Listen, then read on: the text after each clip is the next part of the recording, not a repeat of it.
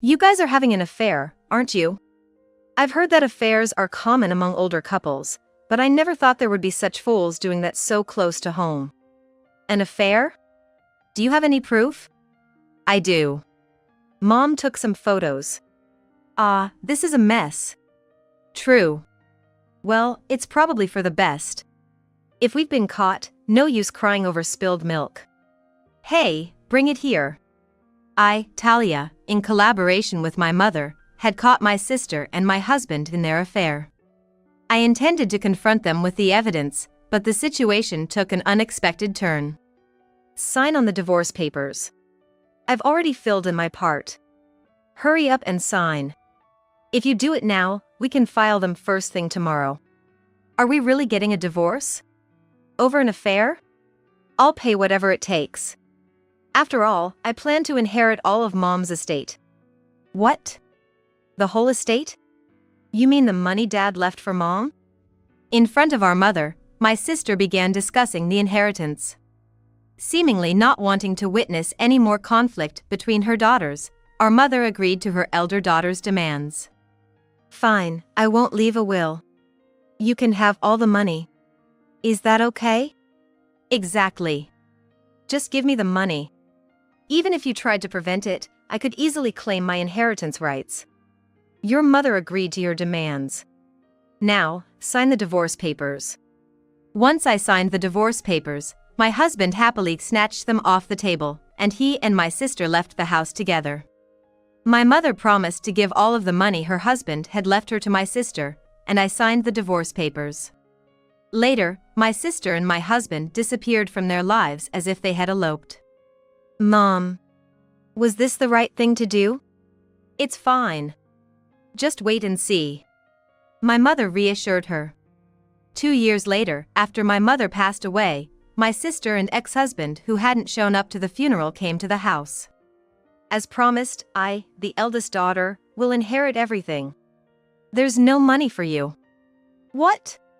My sister exclaimed, only 2 seconds after looking at my face. I was ready to execute the plan I had inherited from my mother. I am Talia, a 47-year-old office worker. My husband, Riley, worked as a security guard, often having weekdays off. With my weekends free, we struggled to find time together in the past. However, as our marriage approached my 50s, I found the mismatched days off more comfortable. It's not that I dislike my husband, but being together all the time can be exhausting. For the past decade, that's how I felt, but recently my perspective changed. Our daughter had played a buffer role between us, but she graduated from college, got a job, and moved out. Now, with just the two of us at home, we spoke less. It wasn't that our relationship worsened. But being with my husband felt strangely embarrassing. With our daughter out of the house, maybe it's not a bad idea to restart our married life with fresh feelings. I was starting to feel a bit excited about this new phase in our married life, but then a small problem arose. I'm reaching my limit here. Her rheumatism is getting worse and she's advancing in age. You should have moved here sooner. It couldn't be helped. Mom didn't want to leave her hometown. But now she's accepted the move, realizing she can't be stubborn anymore. I was worried about my mother's health, but relieved to hear she had agreed to move. My mom, Yasmin, and my sister, Callie, had been living together. Despite her old age and some illnesses, my mother was still managing her daily life. Callie, being a nurse, had been a great comfort, taking care of our mother. However, as our mother aged and with Callie working, it was getting harder for her to support our mother alone. We'd been discussing this issue for years, and I had suggested they move closer to me. It would allow me to help with our mother's care, and moving from the countryside to our town would be more convenient for them. Reluctant at first to leave the house she had lived in for so long, she finally agreed to move this year, now at the age of 78. This place is convenient. There's a supermarket just a 5-minute walk from home. I wish we'd moved here sooner. Don't walk to the supermarket with your bad leg. If you need something, just ask someone, or I'll drive you there. 6 months later, my mother and sister moved near my house. Callie found a new job and seemed to be adjusting well to her new life. Mom, initially sad to leave her hometown, now seemed more lively living in the city. According to Callie, she was more energetic than when living in the countryside. Seeing her this energetic, maybe we didn't need to move after all. Well, moving is a big ordeal and expensive too. Don't worry about the money. Remember, Mom had. Right, I forgot.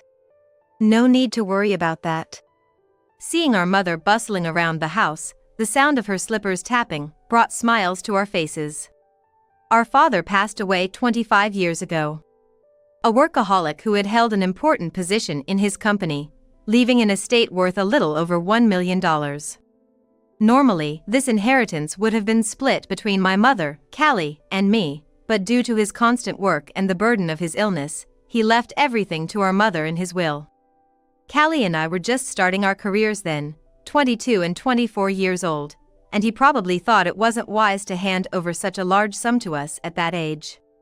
We had our own incomes and knew our parents had supported each other throughout their lives, so we didn't object. However, even with the $1 million, she continued to live frugally. Come on, let's go to the supermarket before they run out of the sale detergent. We can buy up to 3 per person, so we need to hurry.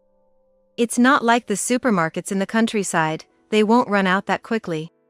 My mother urged, ready to leave with the ad in her hand. She, determined to save $1 on detergent, looked as serious as if she were heading into battle. Living mostly on her pension, she hardly touched the money left by our father. She used it only for necessities, like the recent move, so most of the $1 million was probably still intact. Likely intended for Callie and me. Mom always put us first, and it was evident in her actions. We wished she would use the money for herself, but it was her choice, a gift from our father, and we had no right to dictate how she should use it. Plus, given the amount, it was hard for us to intervene. So, I made it a point not to comment on how she used her money. Callie seemed to feel the same way about not discussing money matters with Mom. Did Yasmin ask for anything specific to be bought? Actually, she mentioned we're running low on bread. Could you pick up the usual? The usual, like a bag? My husband Riley asked leisurely, sipping his coffee while I was busy getting ready for work. It was a weekday, and while I had to head out, Riley was off work.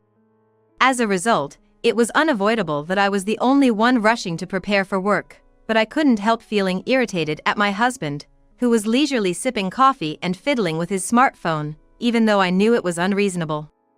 I have to admit, I'm grateful for Riley's help. I can only visit Mom on weekends, and although Callie, being a nurse, often has weekdays off, she can't always be with Mom. Riley has stepped up to help. This means that throughout the week, one of us, either me, Callie, or Riley, is with Mom. It wasn't my idea, Riley himself suggested it. You're always visiting Yasmin on weekends, but what about weekdays? Callie's there, isn't she? But she works, right? She can't be with Yasmin all the time. Well, Callie's probably with her 1 or 2 days during the week. Then Yasmin is alone for 3 days a week? That's not good. I have weekdays off. I'll go over it. Riley asked me for all the details on how to support Mom. Despite what he might think, Mom is quite healthy. And with Callie being a nurse, we're prepared for emergencies. Therefore, there wasn't really a need for my husband to help with supporting my mother. However, I appreciate that Riley willingly offered to help, especially when many people are reluctant to care for aging parents. His eagerness made me explain everything in great detail. Everything was going smoothly after Mom's move. But slowly, the situation started shifting in an unexpected direction. One weekend, with both Riley and Callie at work, I headed to Mom's house as usual, only to find it strangely quiet. Huh? Is nobody here? Mom wasn't responding to the doorbell. Callie was at work, but it was unusual for Mom to be out. I considered the possibility of her being on a walk, but also worried something might have happened inside the house. As I was about to call Callie, Mom returned. Oh, sorry, I'm a bit late. Have you been waiting?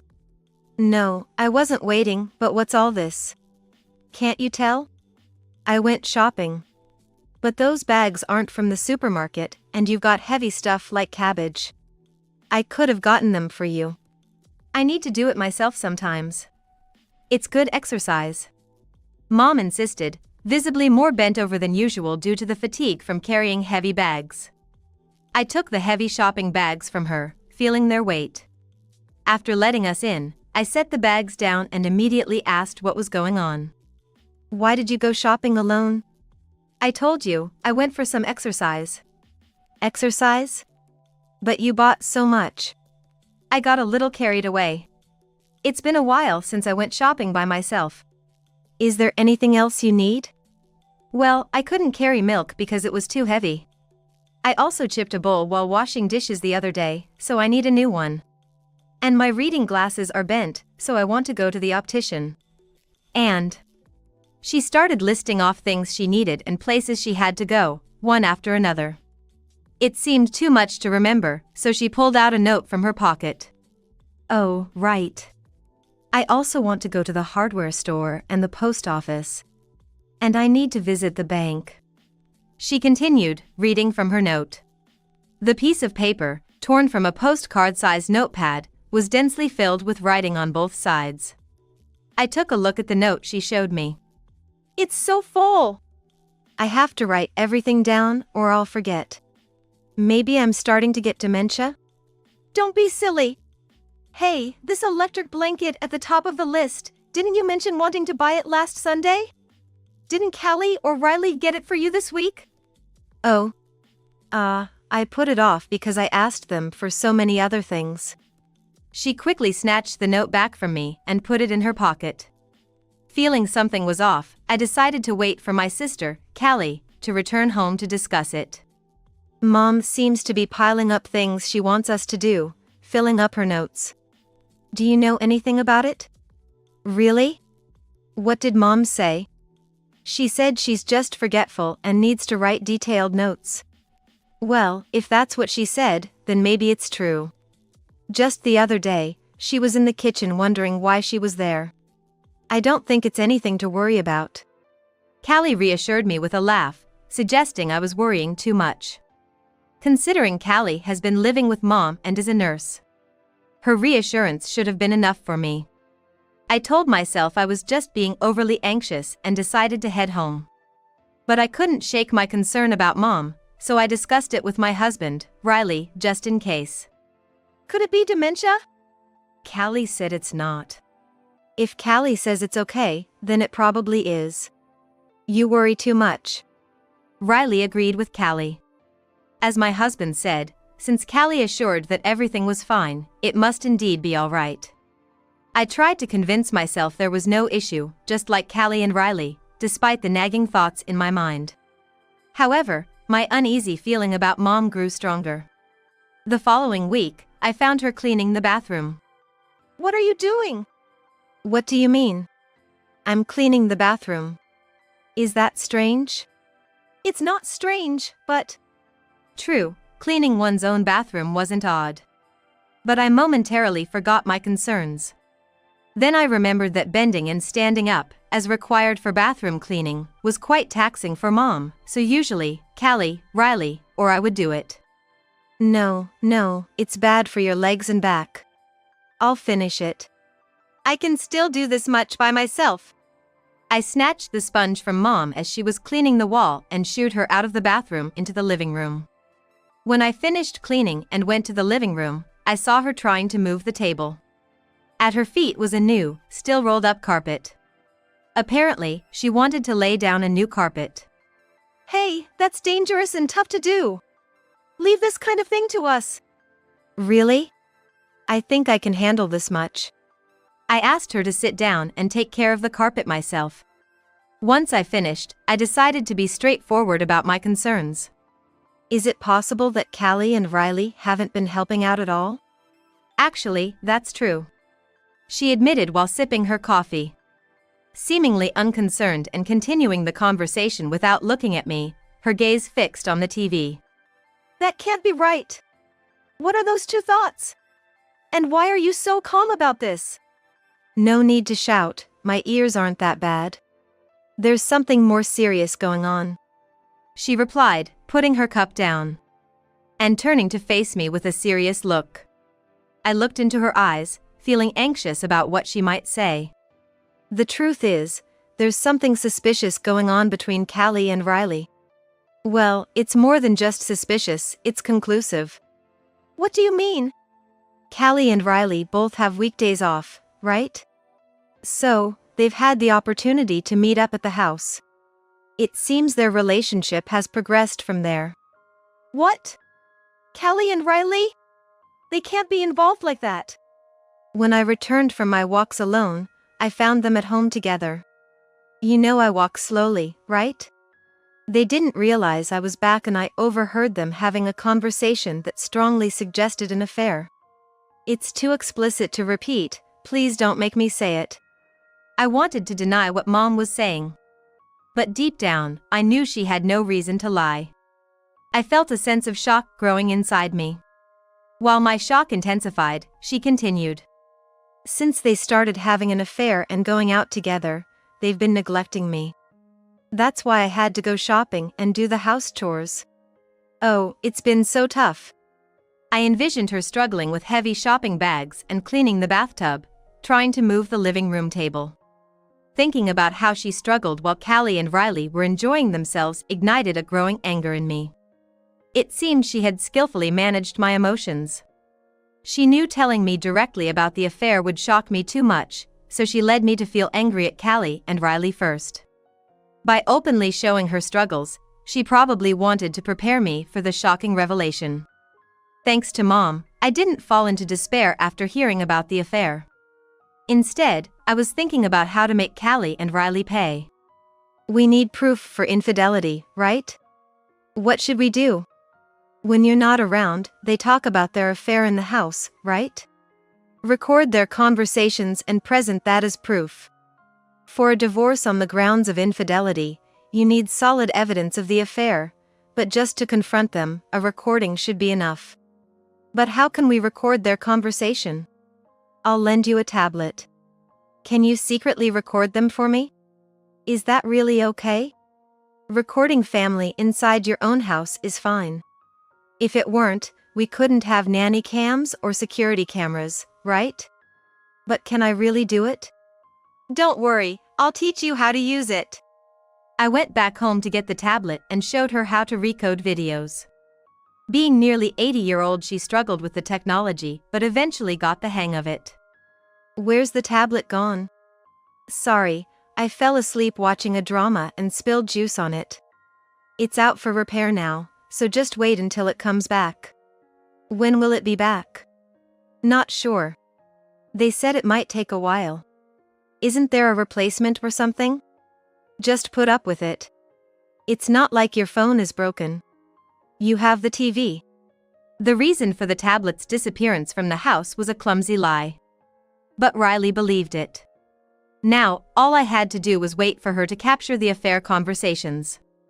However, even though I had given her the tablet, it took a while for her to get used to it and send me the videos. A month later, when it was becoming hard to keep up the repair excuse, the tablet finally came back.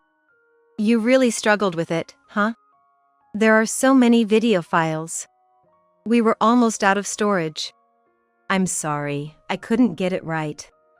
Gathering evidence of infidelity was tough, but it seemed Mom had a bit of fun playing detective. The latest files showed Callie and Riley going to a hotel and having conversations that hinted at divorce.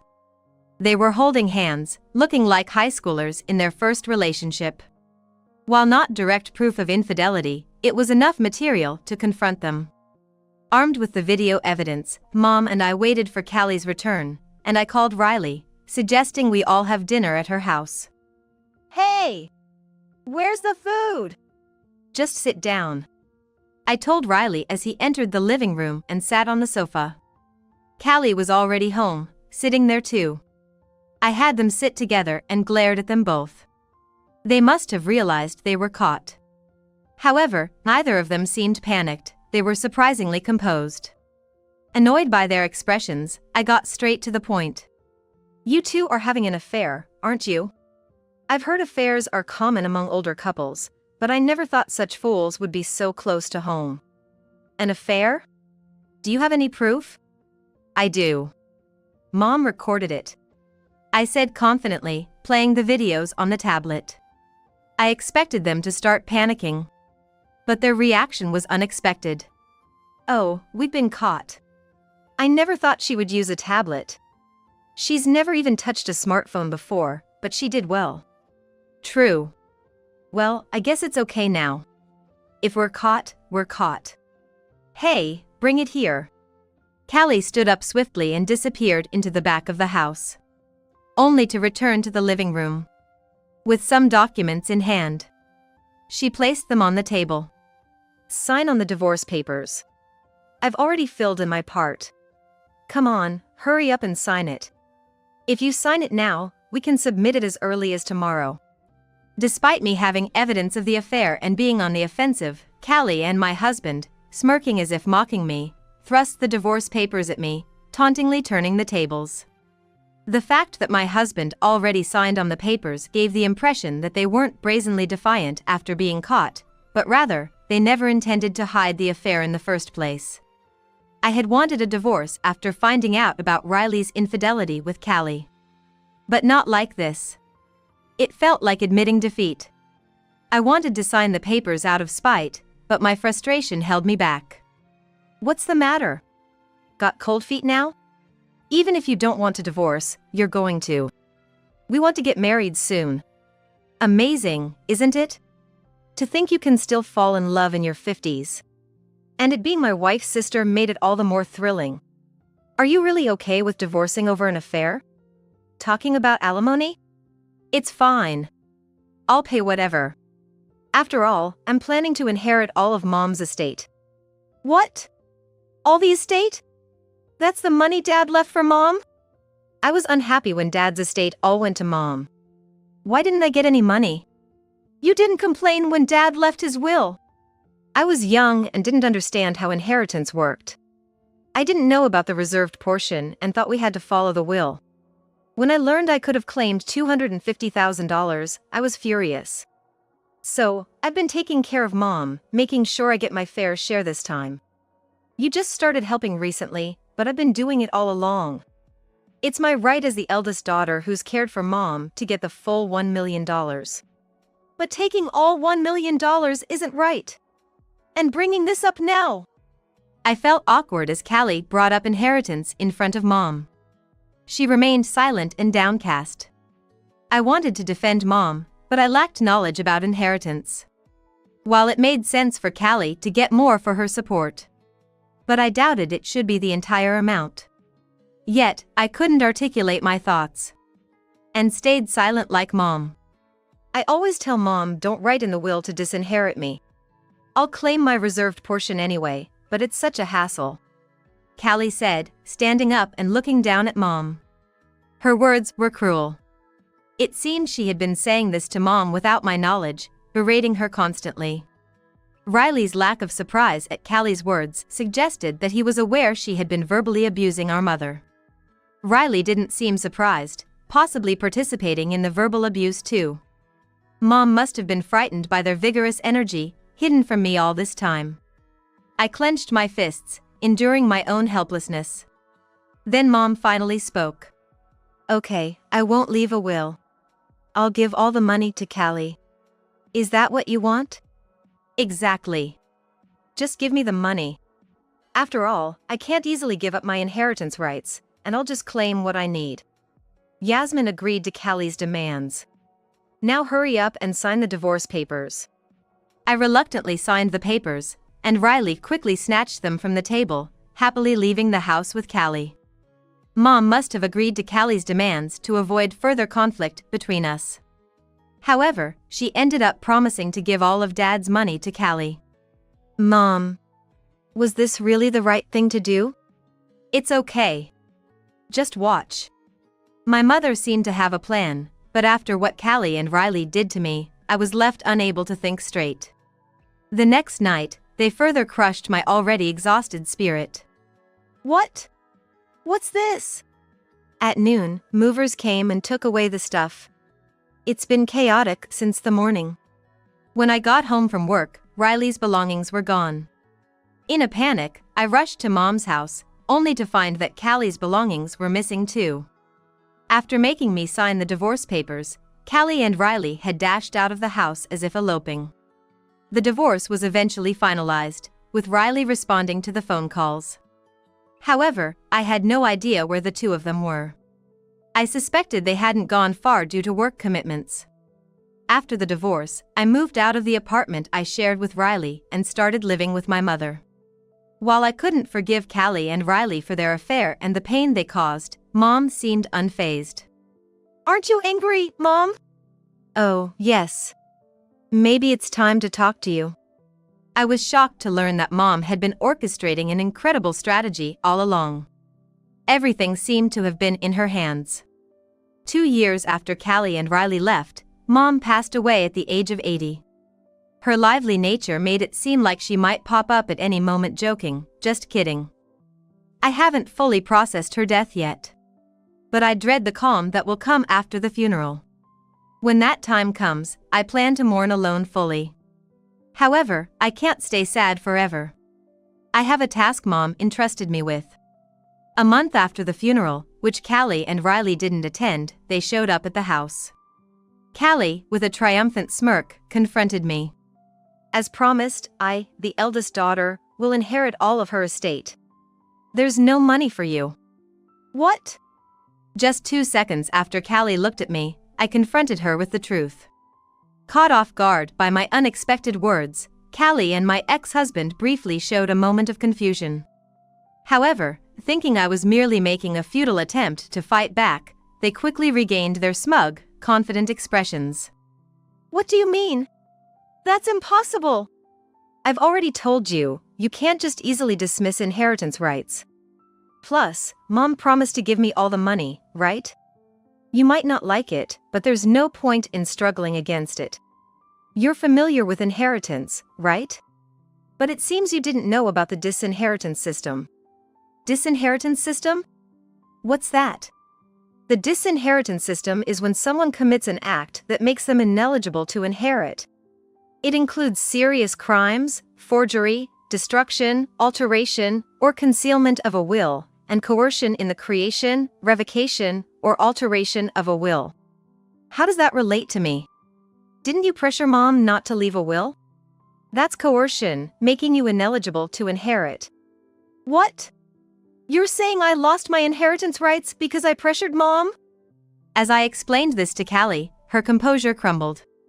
If she lost her inheritance rights, she wouldn't get a cent of the $1 million she was counting on. Understandably, she was panicking. Did we really threaten Mom? I don't remember such a thing. Right, it was 2 years ago. Hard to remember. We never said anything like that.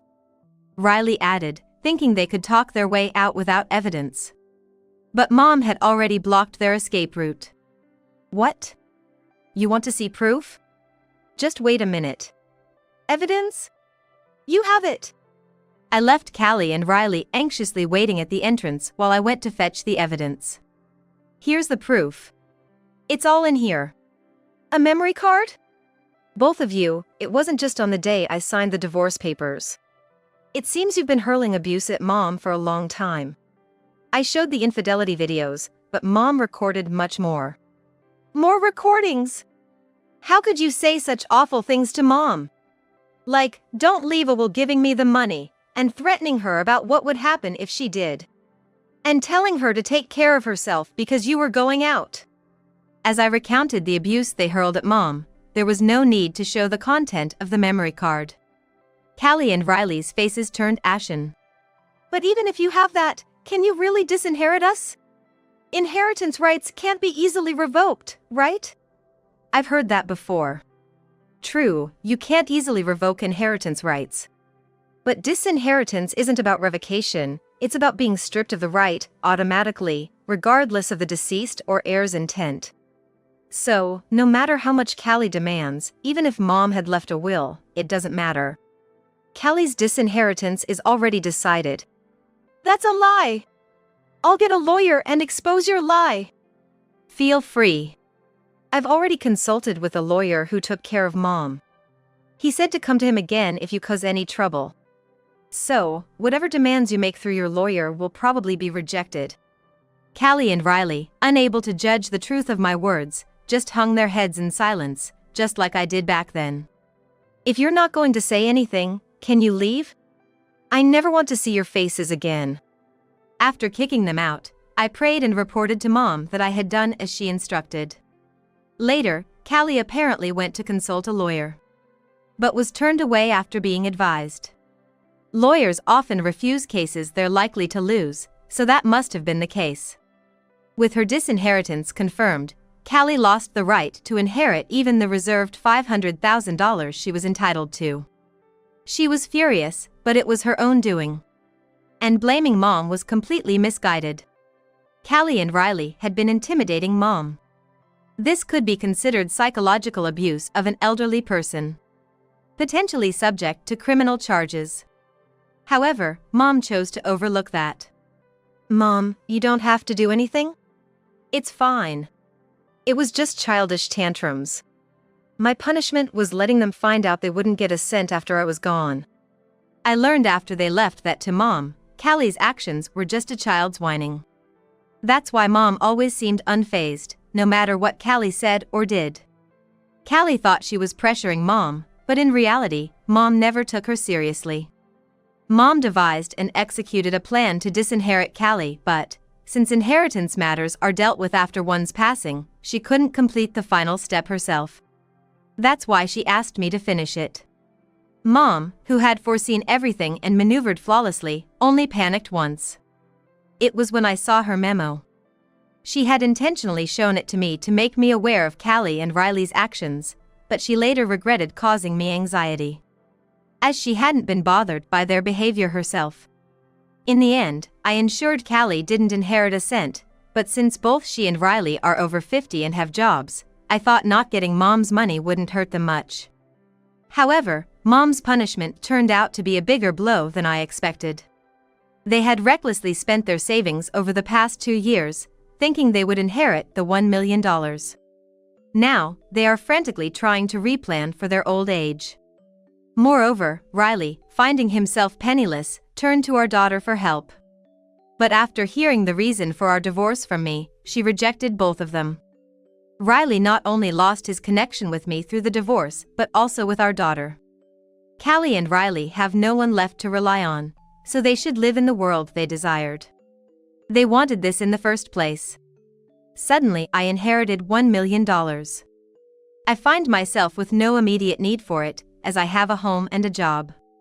I've left it untouched, planning to give it to my daughter when she needs it for marriage, childcare, or other reasons. It seems I really am my mother's daughter.